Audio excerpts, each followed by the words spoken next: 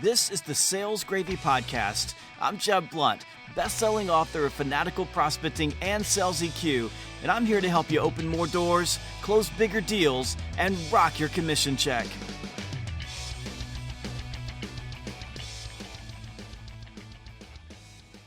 On this episode of Sales Gravy, you're going to learn the 5 mistakes that salespeople are making on LinkedIn that are killing their sales and killing their reputation. Before we get started, though, I want to introduce you to my favorite sales tool. In fact, this is my secret weapon, Zoom Info. Every sales professional on the Sales Gravy team uses Zoom Info because Zoom Info gives us access to more than 20 million companies, 60 million direct dial phone numbers, and over 120 million business emails. This is truly our secret weapon. And when you pair Zoom Info with LinkedIn, well, you get something that is explosive when it comes to building your pipeline. And you know the pipe is life. So I've got some good news for you. You can go right now and try Zoom Info for free. That means you can give it a free test drive and you can see if you like Zoom Info as much as we do. Just go to zoom.salesgravy.com. That's zoom.salesgravy.com and start your free trial. Now, here's my conversation with Brent Tillman about the 5 mistakes that salespeople are making on LinkedIn right now that are killing their sales.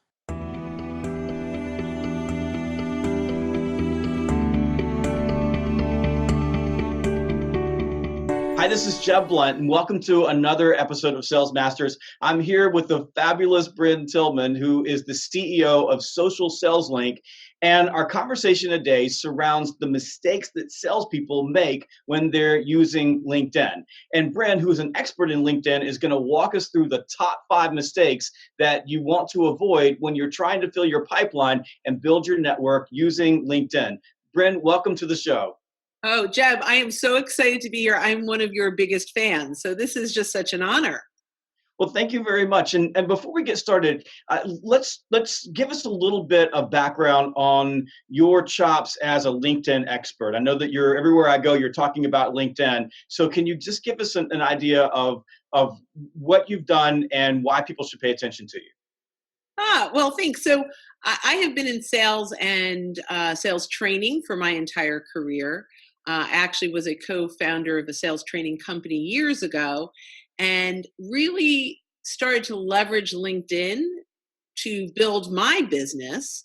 And then I turn around and teach my clients how to cold call. And I thought, boy, I should start to teach them the way that I'm actually growing my business, and began to really leverage LinkedIn in powerful ways.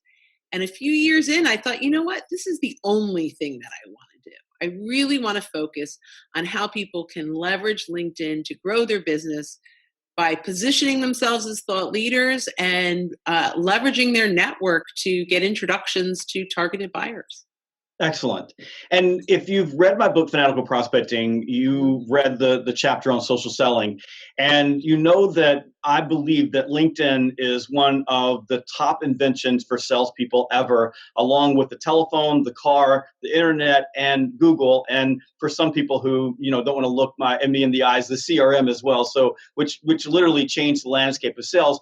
And LinkedIn is continuing to change and evolve. And the one thing about LinkedIn that I really like is that they've changed the algorithms, and they made some major shifts about 2 years ago that took LinkedIn out of the muddy waters of the internet into the premier network for sales professionals and professionals everywhere. And the beautiful thing about LinkedIn is different than Twitter and Facebook and Instagram, in that we're not clobbered by a lot of a lot of people talking about religion and sports and opinions. It's really about business. And the one thing I love about the conversations on LinkedIn is they tend to be civil. So it's people who have a common belief in something, or a common, passion for a particular part of business.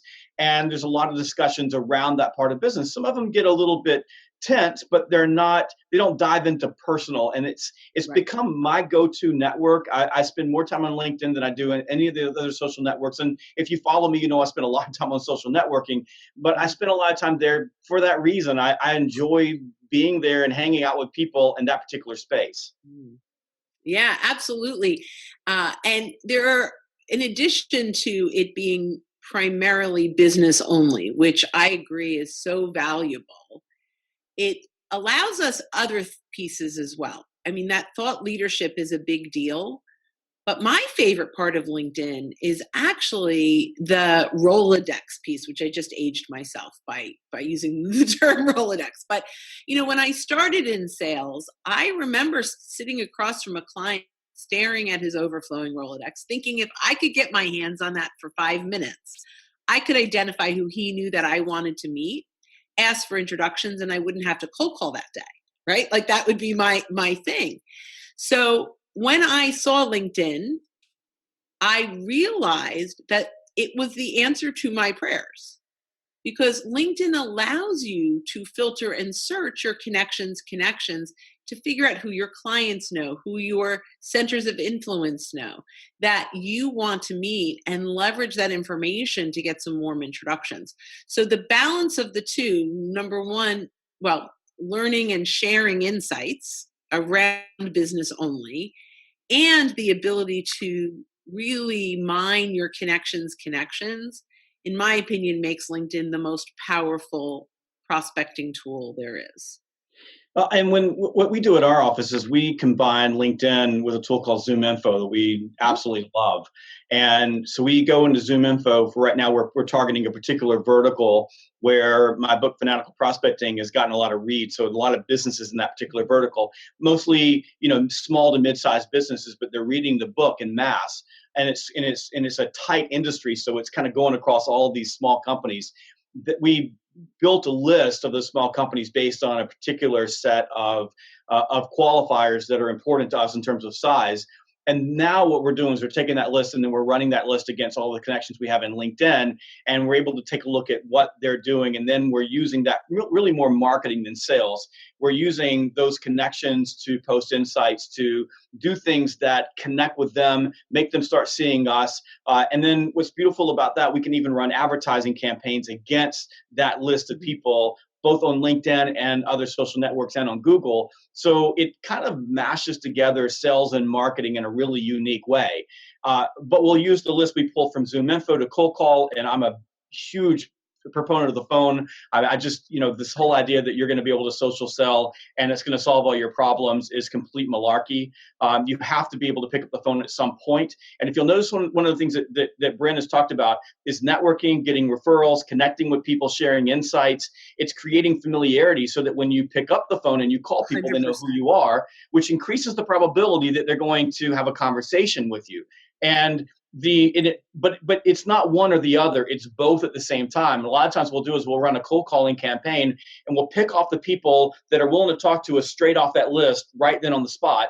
And then the people that we can't get a hold of, we'll shift into an email campaign, and then we'll shift into a social campaign, and then we'll pull it all together until we've taken everybody off that list that will engage with us and then move them into our pipeline. So it's learning how to connect all of these pieces together, and it gets a little bit complex.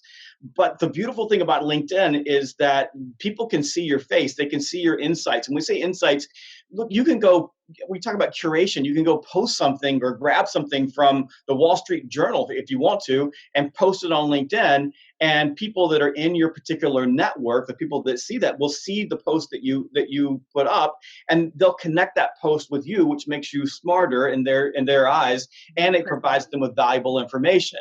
And by the way, if you're connected with them via text, you can send them the same post via text message. So now you've got phone, email, you've got LinkedIn, you've got your LinkedIn inbox, which is essentially not LinkedIn, it's email. But it's email with a twist, because they've got this cool little feature now that you can click. It's called a microphone, and you can talk right into it, which I really dig. And I've been using that lately to respond to emails that I get. So you've got this ecosystem, and what I see is that LinkedIn is sort of the center of this ecosystem, and everything can flow around that because so many people are there. Now, the one downside of LinkedIn, especially if you're calling on C-level people, is that as you start moving up market into bigger companies, most of their executives are not on LinkedIn for a lot of reasons. But most salespeople aren't calling on C-level people. Most of us are calling on mid-level managers and directors who are all on LinkedIn. And those people are sometimes and most often the conduit into those companies. But Brent, people make some egregious mistakes on LinkedIn, especially salespeople. salespeople. And I've experienced a few of those over the holidays when I've been home and I've been trying to get all my LinkedIn mail. And we're going to walk through some of those mistakes. So let's start with this. LinkedIn is a powerful tool. And I believe that it is the greatest invention for salespeople since the car, the telephone, the CRM, Google, and the internet. It is in that realm of tools, and it can set you apart if you use it correctly. But it can also destroy your reputation and get you blocked if you use it the wrong way. So let's start with mistake number one, Brent. What is the number one mistake that salespeople make on LinkedIn? The first one, I believe, is positioning your profile as a resume instead of a resource. If you're looking for a job, that resume may be important to you. But if you're in a business development role, you want to provide value and insights right away. Corporate Visions has a stat out there that 74% of buyers choose the rep that provided value earliest on in their search. So why not start with your profile? Make sure that your profile is value-centric, buyer-centric, not necessarily me-centric and what I've done, in my career.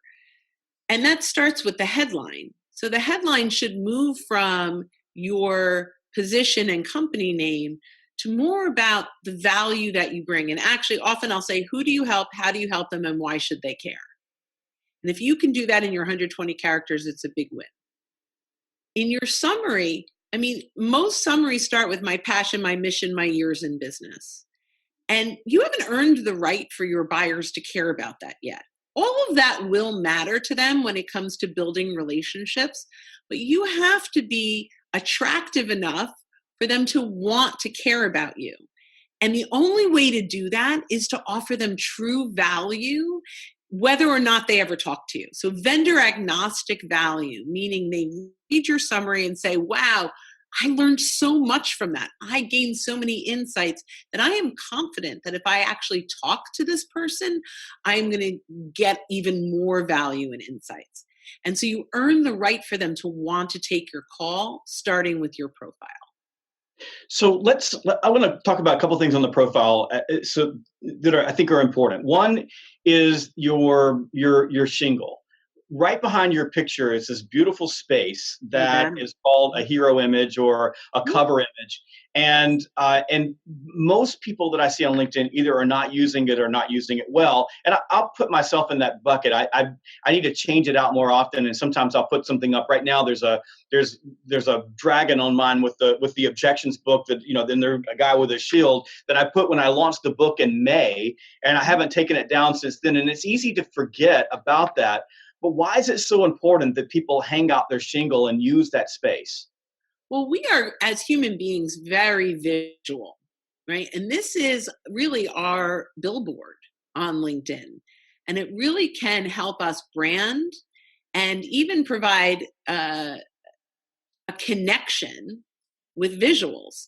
Now, I've had the same one up for a while as well, but I think as long as it's a consistent visual that continues to brand you so that people see it, they think of you, they think of your company, they think of your solution, that there's a consistent look, I think you're in good shape. The problem is when you leave it empty, right? When you don't have anything there at all, it really is a waste of real estate. Like, this is really good opportunity for people to start to recognize your brand. So you want to make sure you're making the most out of that.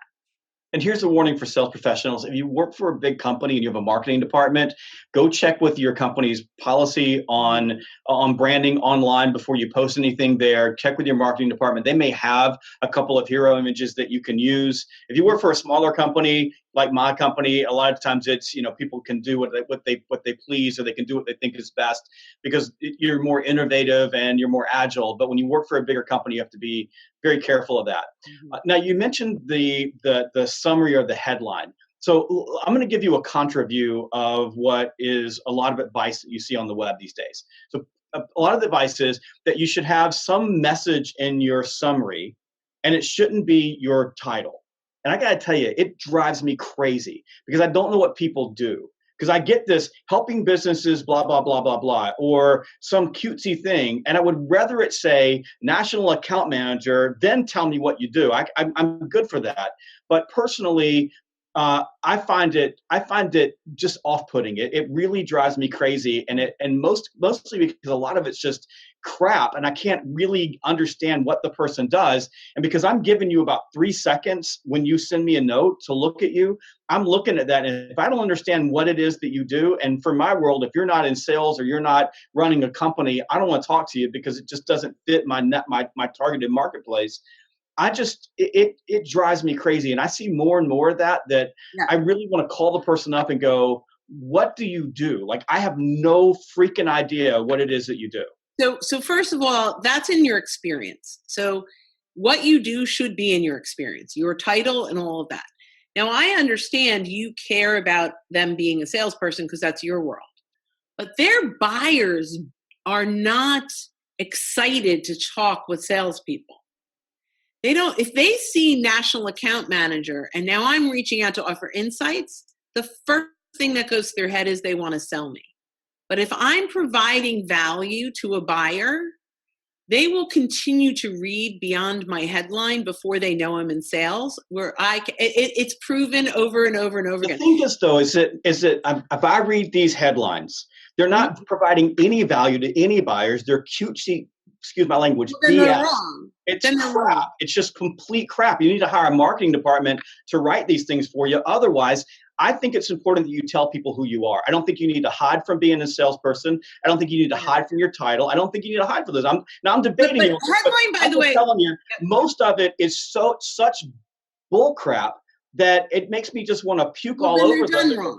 What they're doing, they're not marketing people. But realize it is called a headline. It is not called your experience. And LinkedIn does not advise you to have. I'm not talking about experience. I just want to know what you do. Like if it says CEO or COO, if you look at most C-level executives on there, their title is in there. So I know exactly who they are and what they do in that organization. If someone says, I'm the strategic account manager, I know exactly what they do. I'm a partner account manager. I know exactly what they do. You've got more space, right? And you have that there, but I'd like to know who you are and what you do. Like, what is your job?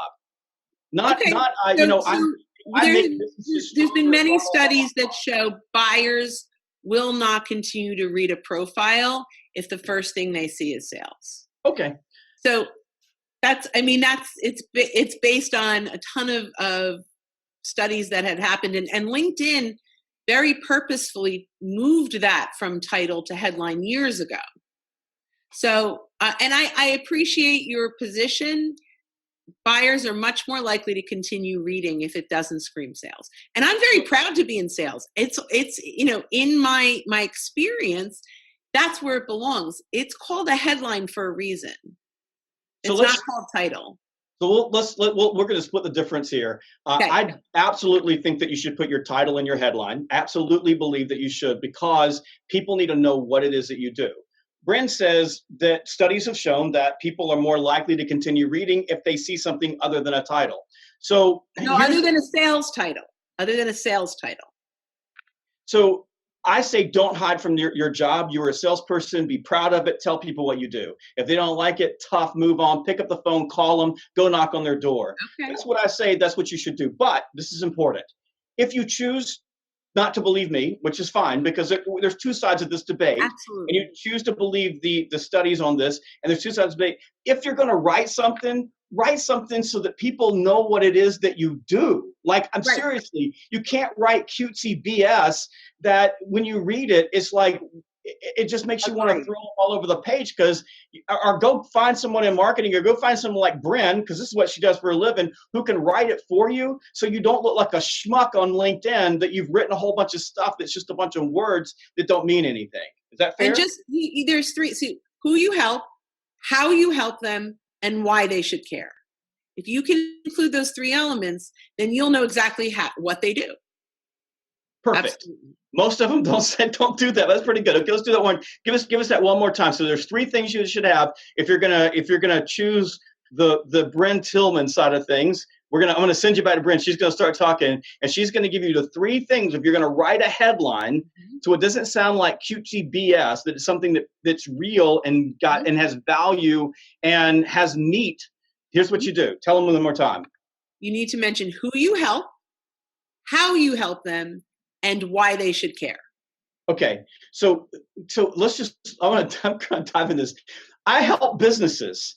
Okay, that is not who you help. You got to give me more than that. I help businesses is not enough. I help small business, I help mid-sized business, I help middle market businesses. I help tech companies. Give me something else, because if you take that look, I can give you a million headlines on LinkedIn that say I help businesses. No, you don't help businesses. You help a person inside the business. You do something specific inside the business, but it's too general because they all say the same thing. Does that make sense? So mine is transforming the way professionals grow their business first. So what am I doing? I'm transforming the way professionals grow their business. How do I do that? By leveraging LinkedIn. And why do they care? To schedule more calls with targeted buyers. So those are the 3 elements. So what do? I transform the way professionals grow their business. How do I do that? By leveraging LinkedIn. And why should they care? Because it helps them schedule more calls. And by the way, I agree with you, Jeb. The key is to be on as many phone calls as possible. And so everything we do with LinkedIn social selling, and it starts in my headline, is with the goal of getting on more phone calls. And see, if I were to change your headline, I wouldn't say transforming the way professionals do business, because that's so flowery. I help professionals make more money. Like that, as soon as you said that, you got my attention. I help professionals make more money by leveraging LinkedIn to schedule more calls. Like all of a sudden, that makes sense to me. Like I could read that and go, she helps me make more money. I want to talk to you. Makes sense? Because transforming my business, right? That's what I'm talking about. It's not transforming their business. So it's okay. We don't need to have this. It's transforming the way they grow their business. Why don't you just say, I help you make more money? Isn't that what you're supposed to do? I help you, I help you increase sales. Like that's what I love. That's what I'm talking about. Sales is fine. I have grow business. But that's what I have is I help them grow business. Yes. So that's that. So sales or whatever you want to call it, I help professionals grow their business. Perfect. See, I love that. But I think that this is what you have to do when you start thinking about messaging on LinkedIn or messaging on any social network. By the way, when you're dealing with clients or you're sending emails, or you're going to send an email, exactly what Brent and I just did is what we do inside my company. We'll take something like transform and we'll go, is there an easier way we can say this? How can we make this more sense? If someone was reading this and they didn't know you, would they understand what you're talking about? Mm-hmm. And as a sales professional, if you will hone that and hone that and hone that, then I'm moving over to Brent's side and going, I buy into this. Let's put things in our headline that makes sense. Right now, I'm not on that side because most of it doesn't make any sense. Most of it is using big words to try to explain something that's really simple. So keep it simple. So number 1 mistake is making your profile all about you. The number 2 mistake, Brent, is what? So connect and forget is the number 2 mistake. Think about this. Imagine making a cold call, someone answering the phone, and you hanging up, right? That's what we do on LinkedIn. We ask them to connect, they connect, and we never talk to them. We have no conversation. It's so silly. So if we are out there connecting, whether we accept a connection request from someone, and in that case, you want to ask them how they found you, what brought them to you, right? Because there could be an opportunity that you're missing out on. Or if you've connected with someone and they've now accepted, now it's so absolutely essential that we start a conversation, just like they answered the phone. Now, I often like to provide a good piece of value that's non-sales. Maybe it's a blog post or some kind of content that's valuable. I'll ask them if they're exploring, and if they are, and I actually will say, I'm not sure if you're exploring X, but if you are, here's a piece of content that can really be helpful. And that has to be completely vendor agnostic content, no pitch, all value. And then I'll say, I'd love to learn a little bit more about your business. I'd like to reach out to you early next week. If there's a particular time that works for you, please let me know. Otherwise, look for my call Monday or Tuesday, or Or if you wanted to be more specific, look for my call Tuesday around 10 a.m. and then you put it in your calendar. Whatever your strategy is, let them know you're going to be calling. And then I'll even say, P.S., if you'd like to schedule a time, here's a link to my calendar to make it easier for you. And, if you've provided enough value in that content, you've gotten them at the right time, they might just schedule it. It's pretty powerful. So I get 100 connection requests a day, and nobody does that. Well, then they haven't taken my course. I mean, nobody does that. What I get is I get a connection request. Somebody connects with me, and I'm bumping up against LinkedIn's. I'm about to run out of even connections that I can have. Mm-hmm. But I get a connection request, and which is fine. I'm cool with that, and I'm actually happier when people don't even write something. I just prefer the connection request, because when they write something, it just creates even more work for me. But if they connect with me, then most of them I don't hear from again, which is fine. People follow me because I'm an author. But the ones that I do hear from, it's almost always a pitch. Like I don't get or it's a pitch for themselves. I want you to read my article that I wrote and tell me how good it is. Like I'll get stuff like that. Or I'll get, people send me calendar links. If you send me a calendar link, I am never going to talk to you ever again. Don't send me a calendar link. You can suggest a time for us to meet. That works. But I'm not going to your calendar. And what if you did both? Because I will typically I'll take both. You'll take both? Mm-hmm. Okay. If you say, here's a time when I'd like to meet with you, or here's something more convenient for me, I'm totally cool with that. Okay, good, because that's what I recommend. Yeah, and that's what I recommend as well. I will also recommend that you say, I'm going to be reaching out to you early next week. If you have a system that could be, right? But if you'd like to schedule a time, and sometimes that, and maybe there needs to be a third, but what we found is very few people will come back and with a specific time when you're in this particular medium. If you connect with me and your first email to me is, I'm going to schedule time with you, you just got unconnected and blocked. Always. Well, first, 100%. It's content. The first thing we're doing is sending a good piece of content. The first thing that they do is send me something that's of value. Or they say, hey, they write me back and say, hey, I loved this article that you wrote, or I saw this thing that you posted from the Wall Street Journal, and my company's dealing with the same stuff. And then there's a little bit of space, and then they like something that I see them again, or they comment on something, and then they come back to me. Their chances of getting a meeting are pretty high. But if you're first, like you connect with me, and then the first thing is I want to meet with you, I just go to report, spam, block, done, and I'm done with you. Because that's if you want to meet with me, pick up the phone and call me. Because I will always answer my phone. My phone is always with me 100% of the time.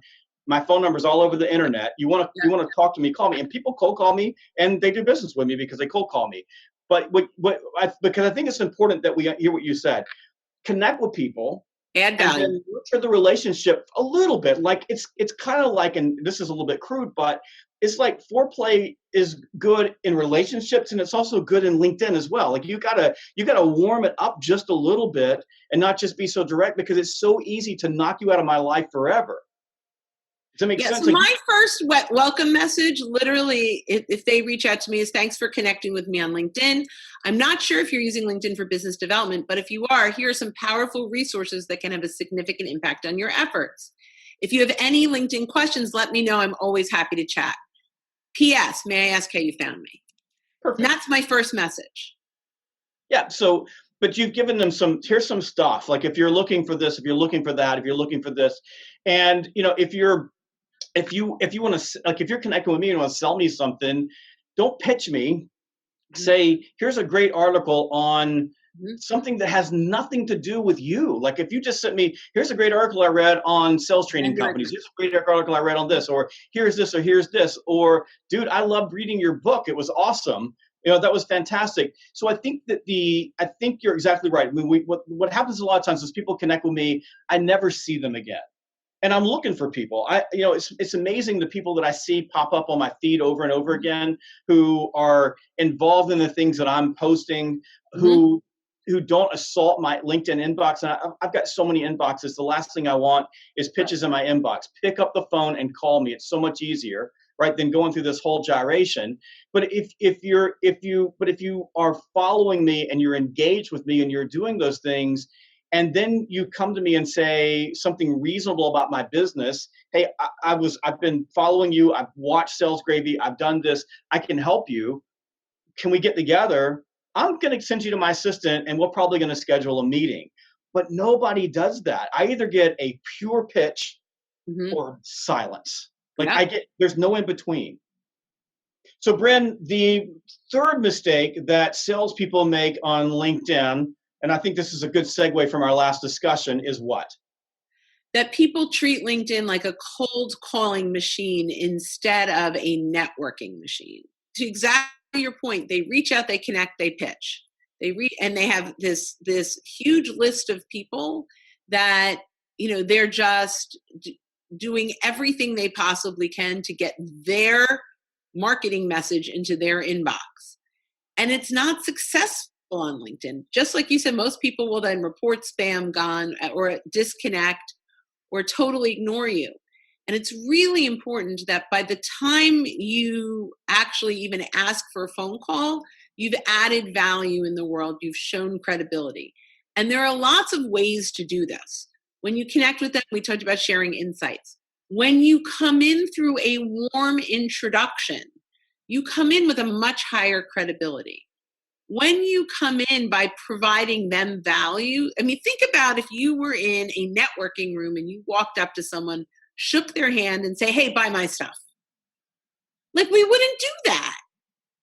So why would you do that on LinkedIn, right? The goal is for them to learn about you, you learn about them, you build credibility, and you get them so excited about you that they want to take your call. So Brent and I, we love each other. We have some disagreements because there's different ways of doing things. And by the way, everything works. Everything is right. It depends on the probability that it's going to work for you. But here's one thing that we are absolutely aligned on.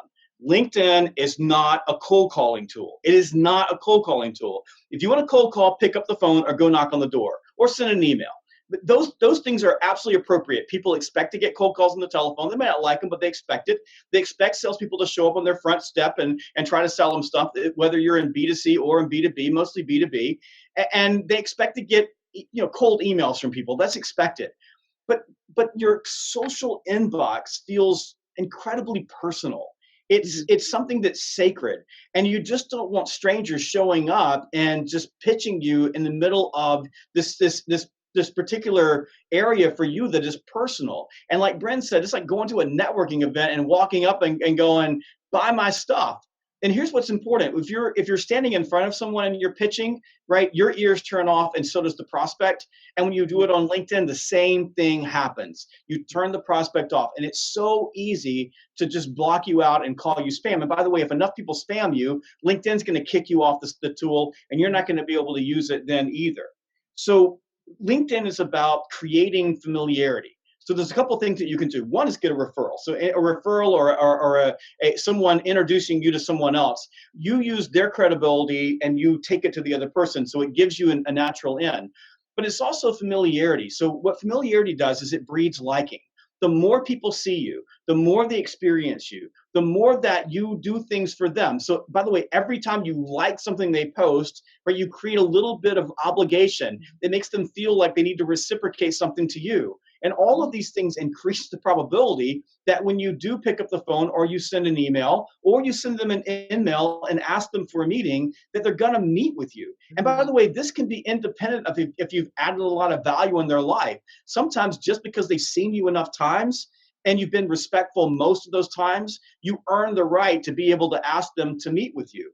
And this is the thing. We go back to the conversation we were having earlier, Brent, is that I don't think people are getting this. It's like they're either connecting and forgetting, right? They're just walking away and you never see them again, or they connect and they just hit you with a hard pitch, and there's no in between. And so let's stop and just talk about that for a second. Why in the world is this happening? Other than the fact that people haven't taken your course, it seems so, like when you give us the networking analogy, it just seems so logical and common sense. Why are we lacking so much common sense as salespeople using LinkedIn for connections? Well, that's a great question. And a lot of it is because LinkedIn doesn't do a very good job of guiding them to do it the right way. So, for example, LinkedIn gives you a whole huge list of people you should connect with. And then when you click the connect button, it automatically sends, doesn't allow you to send a personal note of why you want to connect. Now, I know you said earlier that you wish that people just sent the generic, but I'm going to say it's so important that you add a note for many reasons. One of them is when that person accepts your connection request, they actually go into your inbox or your messaging center so that you know they're a new connection. If you don't have a personal note, they don't go in there. The other thing is if you are reaching out to someone, you want to make sure that you're saying what you have in common. So I noticed we have 17 people in common and we're both part of this group. When I looked at your profile, I noticed you were this. I'd love, and I was impressed by that and I'd love to connect. So you've got to make it more personal and you've got to make it more about them. But I think LinkedIn does a terrible job. I love them, but they do a terrible job of encouraging the right behavior. So when you ask why don't people know, because it's really, you don't know what you don't know. And so they take what they would do in their normal life. So if they're really good at cold calling and like, here's a great opportunity, let me transfer the skills that I have on the phone to LinkedIn. Or what most people will say is, hey, I don't have to cold call as much because I'm on LinkedIn, whatever they're saying. They mimic or mirror what they're doing, and it's a totally different platform and needs to be handled differently. One thing that I recommend people do, and we do in my fanatical prospecting boot camps, and this is in particular where we're working with an industry where they're selling inside of companies that are usually common in that particular industry. Maybe a little bit different when you're let's say you're selling a SaaS product and your universe is 8 million small businesses. But when you're working in an industry and most of the companies that you're selling to are industry specific, what I recommend is avoid connecting with people that are outside of your industry group. So that when you're sharing content, when you are reaching out to people, when you're building out your network, you're networking with people who are just like you and are more likely to be connected with other people inside those companies that you want to have a conversation with, whether you're doing it by phone or email or text or in person or a trade show. And instead of getting so wide with all the people that LinkedIn recommends that you connect with, and you start diluting your message across this wide group of people. And of course, that's something that's going to shift from industry to industry. As my earlier analogy, if you've got a universe of 10 million customers, that's not exactly going to be easy to do. But if you are in a very tight industry, and a lot of people are very niche industry, my recommendation is you stay in that niche. And I'm just wondering what your thought on that is. Well, I mean, there are a lot of people that can draw great value into your network. So I wouldn't say only connect. I mean, if you're going to proactively go out to network and meet people, I agree 100%. But I would not necessarily limit my connections solely on that. I say anyone you meet in person professionally or even personally. I mean, I've had such value from, meeting parents on the soccer field at my kids are playing. So I'm a fan of connecting with everyone you meet in a professional or personal environment for professional reasons. But if you are going to put a campaign together where you're really going to actively seek out people to network with, then I agree having a focus is a good idea. Well, and I think you're right. I think that connecting with people that you meet in person at networking events or trade shows, or people that are building out your professional network, I think that's perfectly okay. And I would agree with you on that. It's just that when LinkedIn sends you these 4 recommendations of people that you should connect with, or you have people connecting with you that are not industry specific and you don't know them, those are the people that I would avoid because it dilutes your message versus focusing on the people inside of your industry. So I do agree with you that it is. If they come inbound, I will often say, I'll send a message instead of accepting. I'll send a reply. Thanks very much for your connection request on LinkedIn. Typically, I only connect with people I know. May I ask how you found me? And I'll start a dialogue because I don't just ignore people. You never know what opportunities you're missing.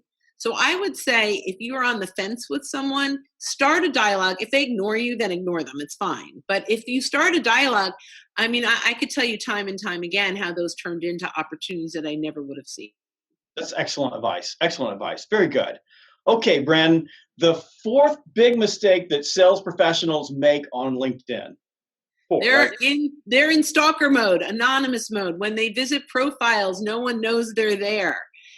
I can tell you the value of visiting someone's profile. I'm actually in the middle of a study that we're conducting on 500 where we're visiting profile, following them, and engaging on a piece of content and doing nothing else. And we're just waiting to see what happens. So we've chosen 500 people to do this with that are my second degree connections. And so far, we're about halfway through the study, and out of about 250 people, I've had over 80 people ask me to connect. So I think it's much stronger when those targeted people are asking me to connect, and because we looked at them. So letting them know that you view their profile will get them, especially if your profile is positioned well, they're going to say, who is this person? What are they doing? And so that will get them to your profile. When you're in stalker mode, you miss out on so many opportunities. So stalker mode, can you explain what stalker mode is and how people get into stalker mode? Yeah, so it's anonymous. So you have the opportunity under your privacy and settings to turn your viewing option. When you view a profile, it will come up as anonymous instead of your picture and name and a link to your profile. There's also an in-between that is silly, but overall, if you are in anonymous mode, you can, I call it stalker mode, you can view people's profiles without them knowing. There is a time and place for that, but generally, if you are using this for sales, you need to be completely open all the time. How about the people who don't have pictures on their profiles? That's like showing up to the networking meeting with a paper bag on your head. I mean, it's silly. People connect with people. You've got to have your image there, and make sure it's a recent image. There's nothing worse than like having your college football picture and now you're 52, right? And so when they show up, they're like, wow, he really aged. Like, you don't do that. Have a recent picture that looks like you, that people can connect with, and it will make all the difference in the world. Definitely. I think more companies are waking up to this as well. Just recently did training, and at lunchtime, the company brought in a photographer and they did headshots for everybody. And you should have a professional headshot done. We do that for our team. We make sure that everybody has professional headshots, and we do this a couple of times a year to keep them fresh. So make sure that you've got something. And by the way, this is and I'll dip in the research. Research shows that if you smile in your picture, people are going to be more engaged with you. Yes. It's absolutely true. And you make eye contact, no like up looking into the world. Yeah. This, I like that. Yeah. Excellent. Okay. The fifth big mistake that sales professionals make on LinkedIn. That they constantly share content that their prospects don't care about. Don't dilute your messaging. If you are putting a ton of not that people are doing cat videos on LinkedIn, but if you are putting up, let's say, inspirational quotes, yet you sell telephone systems, no one is going to know you for telephone systems. They're going to know you for inspirational quotes. So don't dilute your message, and make sure when you do share information that it's relevant and mostly vendor agnostic. That you like every time I watch a video of yours, Jeb, I have a takeaway. I have not hired you. Well, I've read a lot of your books, but I get a takeaway from each of them, which makes me want to continue to watch those videos. There's some lesson in there.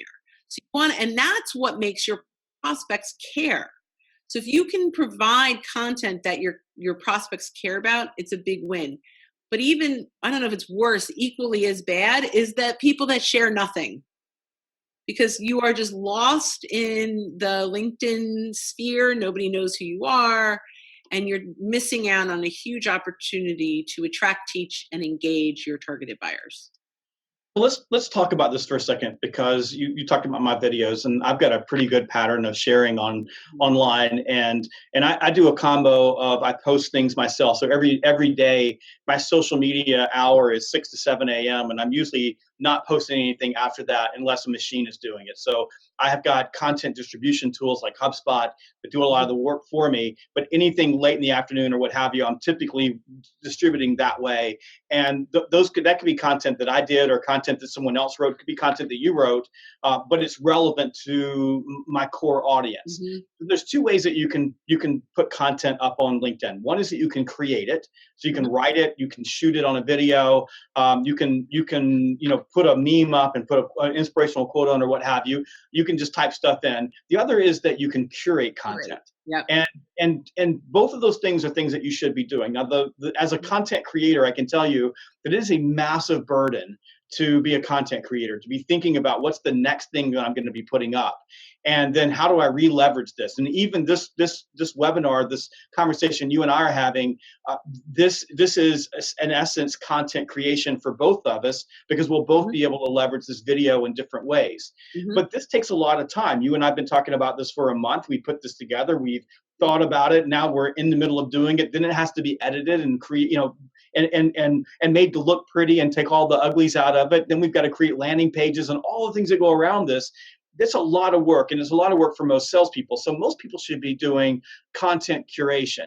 And what that means is that you're taking content that someone else created, and then you're sharing it with your industry group, with your targeted market, which is one of the reasons why, especially in niche industries, I try to get people to stay with that industry, stay with the people that you're networking, so you're not diluting that message. In other words, you're not sharing content with a wide group of people who don't care about, widgets in this particular industry. But the problem is that, like you said, people aren't posting anything. They're not curating anything. And maybe they don't know how, right? Or the stuff that they're putting in are cutesy stuff like they would post on Facebook, and it's not really appropriate. I'm seeing a few more. I haven't seen a cat video yet, but I've seen some things that are pretty close, that are coming up. And it's just because people know they need to be posting something, but they just don't know how.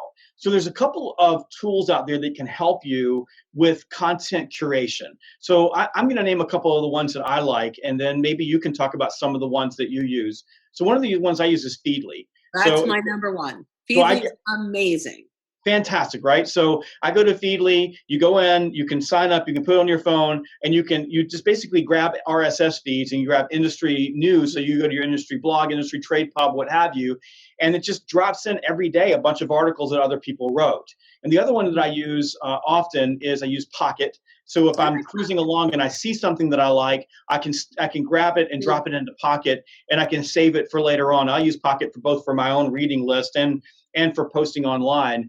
What are a couple of the other tools that people can use for content creation, and Brent, some specific tips for awareness and intention with content creation or curation and posting? Well, so I use Feedly primarily as my curating tool. The other thing I do is I have a folder on my desktop.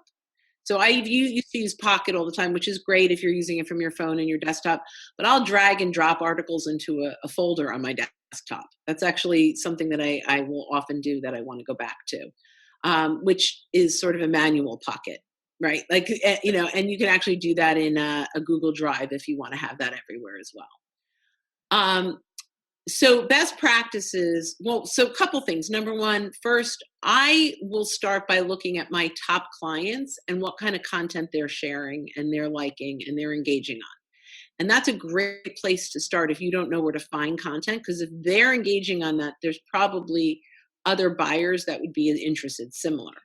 So that's really important. I think that's a good way to do that. The other, I use Hashtagify Me to find content based on hashtags. So now LinkedIn is into hashtags, so you can use that to find content. You can use Pocket to save it, or my drag and drop, however you want to do that. So that's a great way to find. And one of the things on LinkedIn, if you use a hashtag, or Twitter, but if you use a hashtag and you get a whole list, those people also used other hashtags. So you can look through, if let's say I did hashtag sales, and now I see they have sales hacks is one that I didn't think of, but now I see that a lot of people are using that. So I can find content through those hashtags. Another great way to do that. The most important thing is make sure you're sharing content. Number one, that's not your competitors. You don't want to drive traffic back to your competitor. Number two, that it's content that is relevant to your buyer. And number three, read it first or glance at it first. Don't just share things. Sometimes from HubSpot, I'll share things without reading it because I know 100% of the time it's amazing. And there are a few people that I might do that with. But be careful. This is your reputation. You sharing that content is a reflection of you. So make sure that you've done your due diligence behind it. And then make sure you are engaging with the people that like and comment and share that content. That's really important. So a couple of things I use. I also use Google Alerts. So I use Google Alerts. Yeah. Especially if we're working on a big company or a big contract, I'll set up a Google Alert for that particular company, and I'll watch any press releases they have. I've gotten really good response and good feedback by genuinely and sincerely sharing news from one of my clients or one of my prospective clients with a comment on that news. So, I get the news, I share it, and then I write something nice about the company. And it's not not contrived. I really mean this. I'm saying something about someone I believe. I wouldn't write it if I didn't. But I find that when I do that, I get people inside the organization who come back and like it or say something that I didn't know. And I guess I pick up some brownie points for sharing their news, and that company's marketing team who posted that, they want the news to get shared. So that's a really good thing to do. And like you said, you're following those companies. Now you said something else. We call it LCS, like, comment, share. So let's end with this. It's gotten a big deal for me. I'm on my text. I'm text messaging my team all the time. LCS, and I'll have a link. I'll grab the post. And I'll have a link to it, and maybe it's something that one of the executives and one of my clients posted, and I'm following them and paying attention to them. And I go to my whole team, and I got 16 people here at Sales Gravy. So imagine 16 people. We're not a big team, but we're a team going out and then sharing what an executive wrote. Now all of a sudden that person feels really good because we did that. But I say like, comment, share, like it, write a sincere or a comment that's got some meat to it. Don't just write anything, and then share it on your feed with another comment. That rhythm, like, comment, share, it drives the algorithms at LinkedIn for one thing. So it gets a lot more views on the particular item. But as a sales professional, if you were working on an account or you're working on retaining a customer, what have you, why is this LCS rhythm so important for you? Well, I mean, you're really having an impact. You're getting on their radar in a way that's meaningful to them. That's not about you and your sales pitch. Make sure you're following those company pages on LinkedIn, so that's coming up in your newsfeed. But that's a great way. Let's say you're in the olden days when I started in sales, we get the business journal. If someone was mentioned, we'd cut out an article and mail it to them with a little post, congratulations for making the business journal. Remember those days? Well, we can do that with LinkedIn. If something comes up, whether it's a Google Alerts press release or a new product release that they mentioned on their company page, you can actually pull that link and either publicly or privately share that with your influencers inside of your prospective client or client, and just say, I know you're a big company, not sure if you saw this, I was really impressed with, here's a link to it, right? So that's different than sharing it on LinkedIn publicly, but if you do share it publicly, mention some of those people that you're working with. So great job, however that is. It's like cutting out that article and sending it to them. But the bottom line is you are getting on their radar in a way that's meaningful to them, and it's not about pitching you. So that takes us back to the inbox. You were talking earlier about how you get blocked, how you get spammed out of the inbox because you're doing nothing but pitching. And I recently was named, I don't know, something on some ranking report. And I got a series of emails from people who had seen, I didn't even know I was on this list of people who had been, I don't know, SDR, business development or what have you. But I didn't know that I was there. And I got a series of emails from people who said, hey, I saw you here. And I engaged with every one of those people. I wrote them back and said, thank you very much. I really appreciate that. A couple of those ended up being long dialogues where we were talking back and forth, and they asked me for some advice, and I gave them advice. And I felt obligated to give them that advice because they had done something nice for me. They had said Yeah. something nice for me. And none of them ended up being a sales call. They were all genuinely people just saying thank you. But all of those people are on my radar. I saw their names. I saw their faces. And the likelihood that if they had something that they were selling that would be of interest to me, that I would engage with that individual is very high because they took that opportunity. And it kind of boils down to awareness, doesn't it? I mean, you really just have to be open and aware, which means that you have to schedule time on your calendar for managing LinkedIn. And like I said, 100% agree. Yep. well, how much time should people spend? Because I spend about an hour a day, and that's the advice I give to my team. You should spend 30 minutes to an hour a day, no more than that. Move on after that because you've got other things you have to do in your day. But you have to have that time blocked out, or you won't do it. Or you'll do it, you'll just pick at it, and you won't have time to really, like you're talking about, that takes some effort to go follow the company pages, pay attention to what's going on, manage your feed to make sure you're getting the right things in your feed.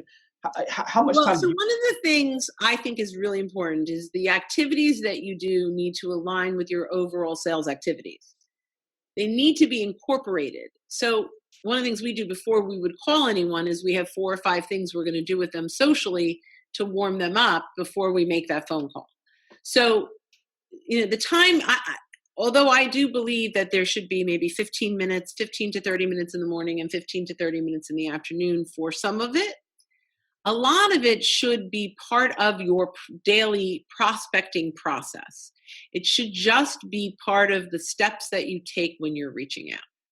So depending on how many hours you're actually prospecting would determine really the time that you should be spending on LinkedIn. And I recommend specific blocks for social of any type, simply because it's easy to dive into it and then lift your head up 4 hours later and you didn't accomplish anything. And one of the reasons why I do early in the morning, this is just me, and I recommend that, is because early in the morning I can do a lot of the work that I need to do on LinkedIn. And when I say early morning, in the afternoons or at night when I'm sitting down on the couch watching a show with my wife, I will get on my phone and go through. I click the little bell, to see if any mentions or what have you. I'll go through those things. But my intentional space on LinkedIn is 6 a.m. to 7 a.m. because that's outside of the golden hours. I'm during the golden hours from 7 to 5. I want to be having real conversations with human beings, not virtual conversations with human beings. So I'm focused on that during that period of time. If you're a field sales rep, you need to be in the field, standing face to face with your customers. And if you're an inside sales rep, trust me, your boss wants you on the telephone making phone calls because you're inside sales. I want to mention, you say, if you're outside sales, some of the best opportunities I've ever had where I'm outside a client and I look at who they know on LinkedIn and bring in 5 names. So there are definitely times where you should be on LinkedIn when you're out in the field, right? I'm meeting with someone and it's like, I need a quick, who does he know? And I'll walk in, and if this is like a really great call and they love what we've done and it's just, I'll say, I hope you don't mind. I noticed you're connected to 4 people on LinkedIn that I'm trying to get in front of. Can I run these names by you? Can we have a quick conversation? So there are times when you're in the field where you need to open up that LinkedIn because it will make a huge a huge impact on your prospecting. I agree with you. I think you're absolutely right about that. And what I would recommend is, obviously, you've got whatever your CRM is, if it's Salesforce, what have you have your Salesforce One app on your phone. You have your LinkedIn up and ready to go. And before you walk into any call, you should get there 15 minutes in advance. You should look at LinkedIn. You should look at Salesforce to see, or your CRM of choice, to see if there are any things that you need to know, notes. And likewise, when you leave, if you met a new person, the very first thing you want to do is send them a connection request on LinkedIn. I send them a thank you card. I have a little app called Outbound Cards on my phone. So I'll send them an thank you note, and I'll put my notes into Salesforce before I move on. And that truly should be part of your routine. I absolutely agree with you on that. I think that's important. Now, if you come to me and say, here's 5 people, do you know them? I probably don't, because I've got almost 30,000 connections on LinkedIn, so I don't know anybody. So I'm trying to figure out how I can open up and get more. Before we go, one more question for you. And then I want people to learn more about where they can connect with you on LinkedIn and wherever else, and how you want them to connect. Like, I just say, send me a LinkedIn connection. I'm happy with that. You want something different. But my last question for you is this. So LinkedIn has a couple of tools that you can buy. So they have Professional and they have Navigator. And if you work for a big company, you may have Navigator built in. Sadly, most of the people that their companies have bought it for them, I don't see them using it very much. Well, yeah. But in a lot of companies, you may want to go to your boss, or if you're a small business, you may want to get it on your own. And then there's the professional side. Can you talk about the paid tools on LinkedIn and your recommendations for those tools? Who should buy them? Who shouldn't buy them? And just your overall opinion on those tools. So I don't think that the professional levels bring in enough value to invest. So I'm a Sales Navigator fan, but it's like buying a gym membership. A lot of us buy a gym membership and never show up. And guess what? You're not in any better shape. You're just out your $79 a month, right? So if you're going to invest in Sales Navigator, make sure you've got your plan, that you know when it's leg day, you know when it's arm day, you know when you're doing yoga, right? That you know exactly when you go into Sales Navigator, what are the activities that you're going to do? What's your daily cadence? What is your messaging? You've got to have that playbook in place. Otherwise, really, it's random acts of social that's not going to have very much success. But I am a big fan of Sales Navigator. When used right, is incredibly powerful. It has huge filters that can really help you hone in on the right prospects. And we get it. We have it connected to Outreach.io, which we love Outreach.io. So Outreach.io is like the greatest prospecting tool ever. And having Navigator connected to that, plus having that connected to Salesforce, it gives us the ability, like you said, it's the messaging, right? So we create this messaging and this cadence, these pursuit plans that take all of the prospecting channels and bring them into one place. And Navigator becomes a piece of that.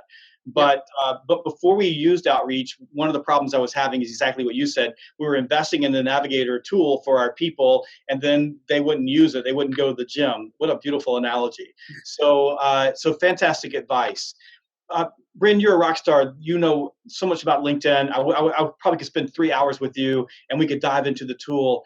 Tell us how people should connect with you on LinkedIn. So what you expect, and if you want to connect with you, and where they can connect with you, and how they can find out more about your business and how you can help them transform the way that they sell on LinkedIn. So thank you so much.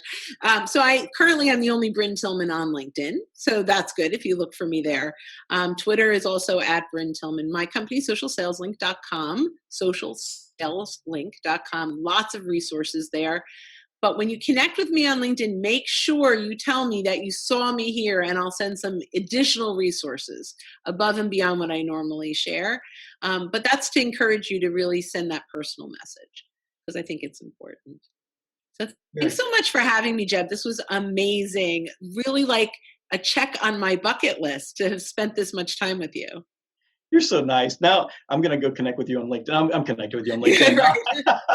Thank you so much for being on Sales Masters, and I appreciate the debate. We always have a debate when we get on. I love it. We push the edges, and so thank you so much, folks. Go out and connect with Brent. She posts fantastic content on how to use LinkedIn. Some of her videos are absolutely amazing, and you cannot go wrong by following her. And if you're running a business and you really need to amp up your game on LinkedIn, go check out her company. These folks can help you out. Thank you very much for joining us on Sales Masters. We'll see you next time. Thank you for joining us on this episode of Sales Gravy. Please make sure to give us a 5-star review on your favorite podcast app. And do yourself a favor and go check out Zoom Info. It will change the way that you fill your pipeline. And here's the good news. You can test drive it for free. Just go to zoom.salesgravy.com. That's zoom.salesgravy.com to test out Zoom Info.